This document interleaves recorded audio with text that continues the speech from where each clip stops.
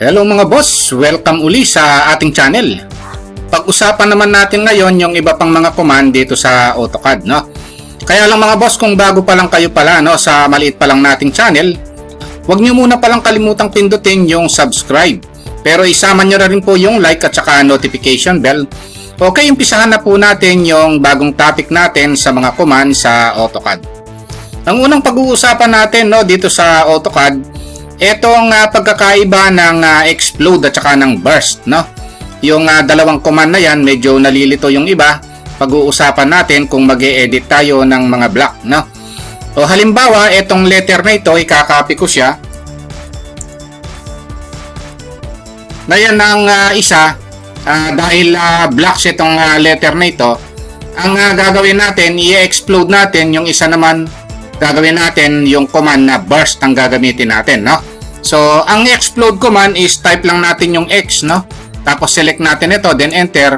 Ang nangyari, nung in-explode natin, nagkahiwa-hiwalay siya at nagbago rin yung style ng letter, no? At nagbago rin yung laki.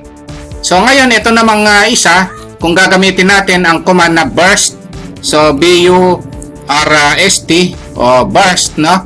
Tapos click, then select natin yung iba, burst, then enter. So, ang nangyari, hindi nagbago yung laki ng letter, hindi nagbago yung style, tapos yung number hindi rin nagbago, no? Ang nangyari, nagkahiwa-hiwalay lang, pero yung letter at saka yung color ng box hindi nagbago. So, ang nagbago lang itong kulay, pero yung style ng letter hindi nagbago. Ayan yung pagkakaiba ng explode at saka ng burst, no? Pero pagka ang pinag-uusapan blocks na, gusto nyong i-edit, mas advisable na gamitin yung burst.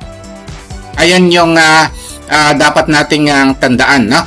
So ngayon, halimbawa ang i-edit naman natin itong chair na blocks, no? So tingnan natin yung isa, i-explode natin, tapos yung isa naman, iba-burst natin, no? So yung explode X, select natin ito, then enter. Nagkahiwa-hiwalay siya ngayon, o hiwa-hiwalay na siya. Kanina buo yan. Tapos nagbago yung kulay niya, no?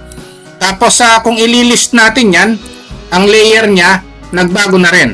Layer 0 na rin siya. Ayun, no? So yung dati niyang layer nawala na. Ang nangyari, bumalik siya sa default na layer, no? Samantalang yung isa naman, gagamitan natin ng burst, no? B-U-R-S-T or burst. Select, then enter. So, ganun pa rin yung kulay, no? Actually, yung layer niya, ganyan pa rin, no? Kahit na sabihin natin nagkahiwa-hiwalay siya, hindi na siya buo, pero yung layer niya, nandyan pa rin. Layer chairs pa rin siya, no? So, hindi nagbago yung layer. Ayan yung pagkakaiba ng explode to burst, no?